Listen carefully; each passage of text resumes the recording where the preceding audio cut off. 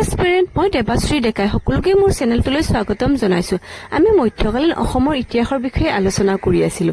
এই মধ্যকালীন অসমৰ ইতিহাসত তোমাৰ প্ৰথমজন তোমাৰ মুছলমান যিয়ে অসম আক্ৰমণ কৰিছিলে তেখেত আছিল তোমাৰ মহম্মদ বিন বখতিয়াৰ খিলজী। এই মহম্মদ বিন বখতিয়াৰ খিলজীয়ে যেতিয়া অসম আক্ৰমণ কৰে সেই সময়ত অসমৰ ৰজা আছিলে পিঠু।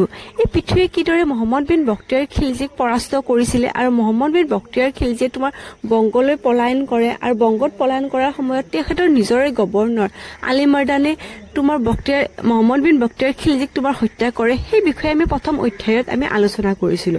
এতিয়া আজি আমাৰ এই অধ্যায়ত দ্বিতীয়জন মুছলমান যিয়ে অসম আক্ৰমণ কৰে তেওঁৰ বিষয়ে আমি আলোচনা কৰিম। তেওঁ আছিলে তোমাৰ গিয়াছুদ্দিন ইৰবাজ খিলজীয়ে তোমাৰ দেহলী চুলতানাত ইটুক মিশ্ৰৰ অধীনত তোমাৰ বংগত কৰ্মৰত হৈ আছিলে। এই ইটুক মিশ্ৰৰ বিষয়ে আমি ভাৰতৰ ইতিহাসত আলোচনা কৰিছিলো যে ইটুক মিশ্ৰৰ প্ৰথমজন ব্যক্তি